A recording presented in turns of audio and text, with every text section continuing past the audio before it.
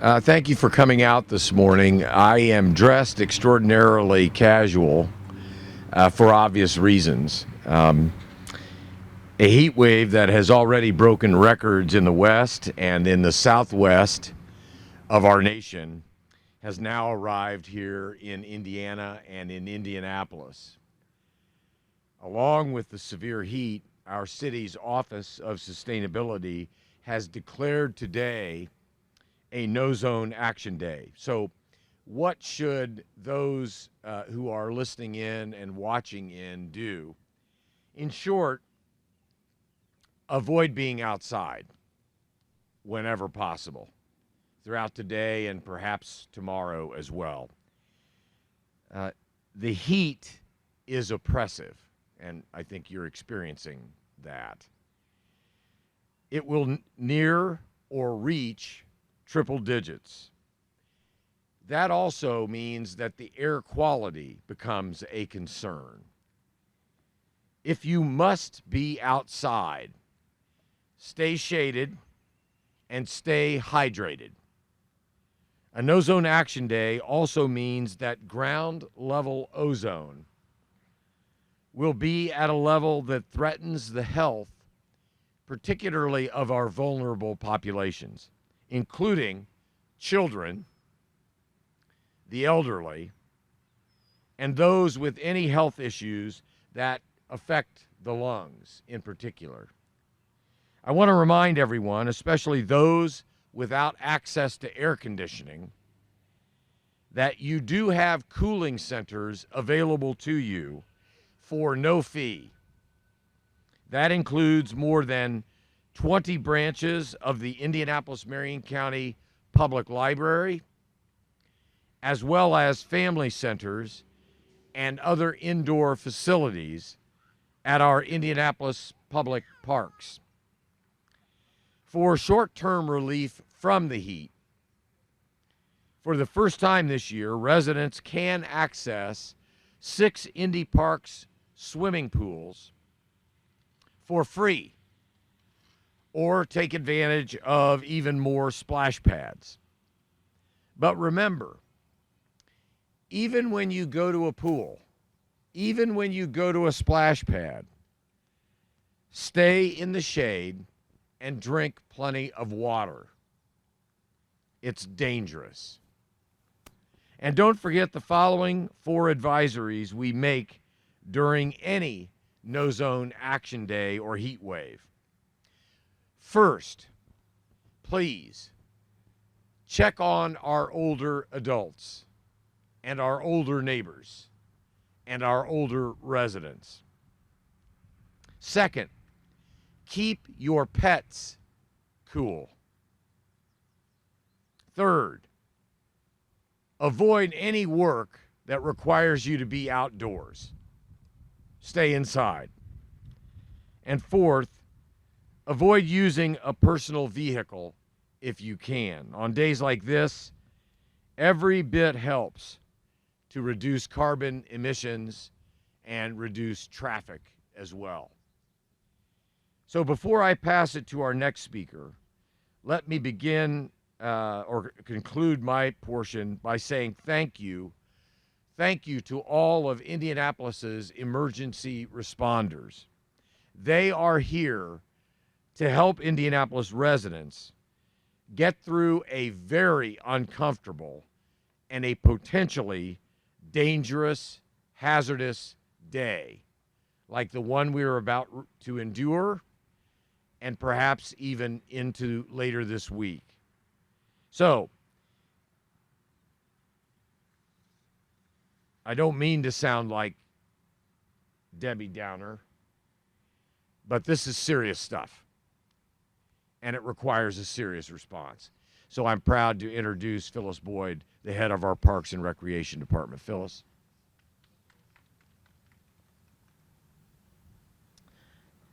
Thank you, Mayor Hogsett and fellow city partners. I'm Phyllis Boyd, your Indy Parks Director, and it's really a great day to be at Arsenal Park as we pull together the needed resources for the people that we serve across the city. We take that service very seriously and know the value of having safe spaces to play, discover, and stay cool during these hot summer days. So I just want to take a closer look at what's available for cooling areas in our parks. Our 11 family centers will offer programs, activities, and air-conditioned spaces Monday through Saturday at various times. We encourage the park visitors to verify location and hours and options by calling 317-327-PARK. That's 317-327-PARK. Details will also be available online at parks.indy.gov. The pools really are a perfect cooling off spot with the added bonus of free admission this summer. And currently our summer pools will include Bethel, Frederick Douglass, Garfield, Perry, Thatcher, and Willard Parks. These spaces will welcome park visitors Wednesday through Sundays from 11 a.m. to 2 p.m. for the first swim session and from 3 p.m. to 6 p.m. for the second swim session. It's likely that we'll be announcing a few more pool openings as soon as we hire and place new lifeguards. And let's not forget about our splash pads. They are free for everyone to come to, and there's one here at Arsenal Park. They operate daily from 8 a.m. to 8 p.m. or from 10 a.m. to 8 p.m. if it's a recirculating splash pad, like the one here at Arsenal and the one at Windsor Park. These spaces are really an easy way to enjoy the hot days while also exploring our city parks. We have plenty of shade also with our beautiful trees, so take advantage of it. It's definitely going to be a hot and great summer in Indy Parks, from concerts and movies, day camps, pools, splash pads, and really a lot more. We are really grateful for the opportunity to welcome park visitors and their families. So I would like to end with just having you welcome Jacob Spence, Director of the Indy Emergency Management Division. Thank you.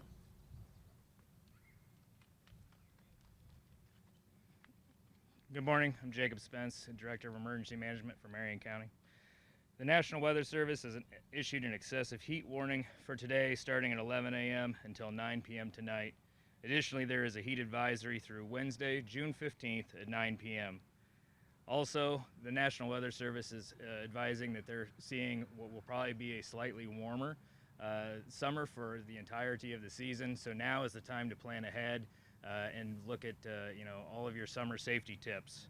Marion County Emergency Management has been in communication with their partner agencies, both governmental, public, private, and volunteer, to assist with any needs that they may have, and will continue to monitor the situation closely as it continues. Residents are encouraged to take extra precautions to protect the safety of themselves and those around them, and keep these important safety tips in mind. Stay hydrated, drink plenty of water, check on relatives and neighbors, especially the elderly or those without access to air conditioning. Avoid strenuous outdoor activities. If you must be outside, take breaks in a shaded or air-conditioned area if possible, and take breaks frequently.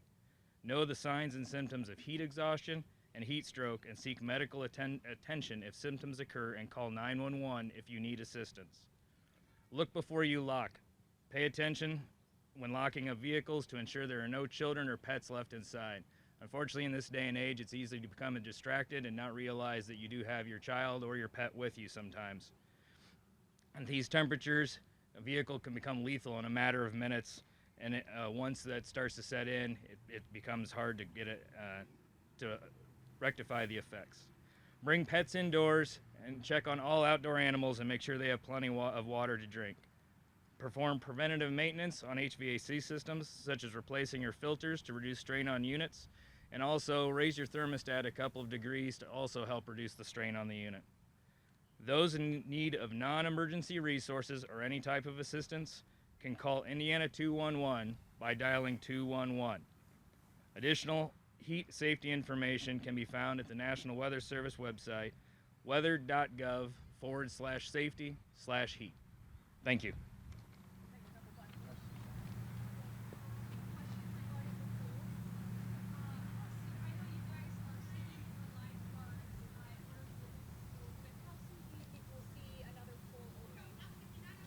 We hope to open at least one or two more by this coming weekend. As we're filling pools, we're also finding some maintenance issues for several that need to be rectified before we can get them open, but we're trying to open them as fast as we can. Are there a couple pools that have more priority over I would say it's really related to staffing, and that's how we're going, and we're doing the best we can to get them open as fast as we can.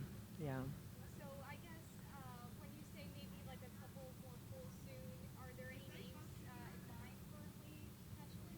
I don't want to give those out just in case we don't open them, and so I don't want to set up expectations that we can't meet. And would Indy Parks by any chance be offering any free water bottles or just water? I guess besides perhaps water fountains, but just anything like that. We can look into it. Yeah, that's a great idea. Thank you. Thank you so much. Yeah. If we had all of them open, we'd have 17.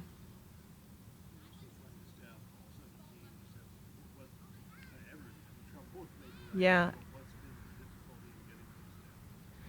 It's an issue across the nation with lifeguards. It's just getting the applicants in, and that's the main thing. We just don't have enough applicants, and then we have to make sure they can pass the lifeguard test. And you may have 10 applicants, but only one or two will be able to pass the test.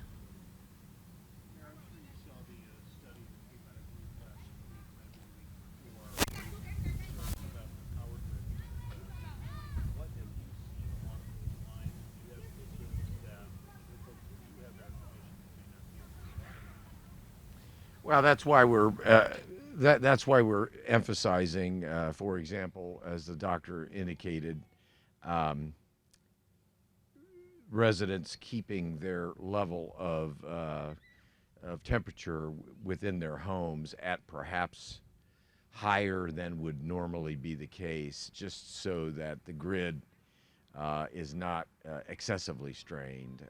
And I know that that's a very difficult request because people want to stay as cool as they can possibly be. But in times, dangerous times like the ones that we're facing now, if we together as a city, instead of dialing your AC down to 68, 69, 70, whatever you feel is appropriately cool for summertime, keep it several degrees higher. I know when I left my house today, I left my gauge on 75 or 76 with plenty of water for my pets. And frankly, I'll probably be going home midday to check on my pets and several of my neighbors who am concerned about. And it's that kind of comprehensive sensitivity that I think will help us get through these particular several days that are ahead of us. As the doctor said, the National Weather Service is predicting a warmer than normal summer throughout the summer. So practicing these safety tips, talking about these safety tips, reminding people about these safety tips today is an important first step in keeping people safe throughout the summer. To anticipate my next question, given that we are expecting a hot summer, is there a cumulative effect? If we have a heat wave next week, and then another one the week after, another a few days after, is that the kind of thing where people lose some resistance or lose some alertness? Is it the equivalent of one snowstorm after another in winter? Well, I would just simply say that, look, as long as the forecasters and the weather service are telling us to watch out for the heat, it's a responsibility of the city, like we are doing this morning, to remind people exactly that and to re-emphasize what we're hearing from the experts. And so one of the reasons why we ask you all here today is because today and tomorrow are predicted to be extraordinarily difficult days. I mean, am I overstating it that we might be in triple figures in terms of the heat index? That's a very high number and a dangerous number. And we'll come out as often as necessary to remind people that we are enduring a hotter than normal winter. Just as you say, Eric, like we try to do whenever we know we're going to get a stretch of bad winter weather. But don't get me started on the winter weather.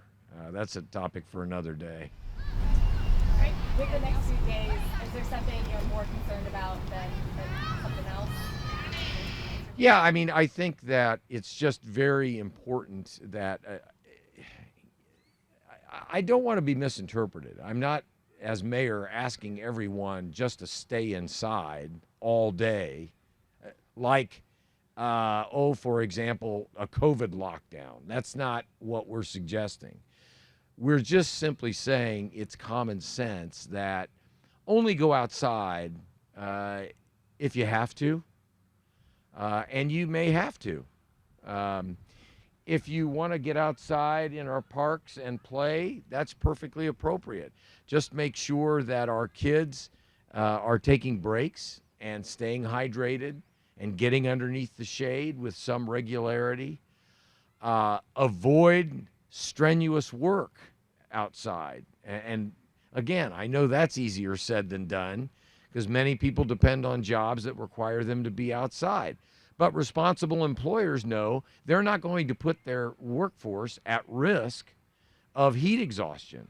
That just makes it more difficult for them to ultimately get the work done. So a wide variety of different common sense approaches will keep us all safe. We'll get through these days. And then, Eric, to repeat, if we run into a stretch of extraordinarily hot weather later this month or in the month of July and August, the city and the Parks Department and emergency management will remain vigilant in helping our neighbors know when they need to be extra careful. Thank you.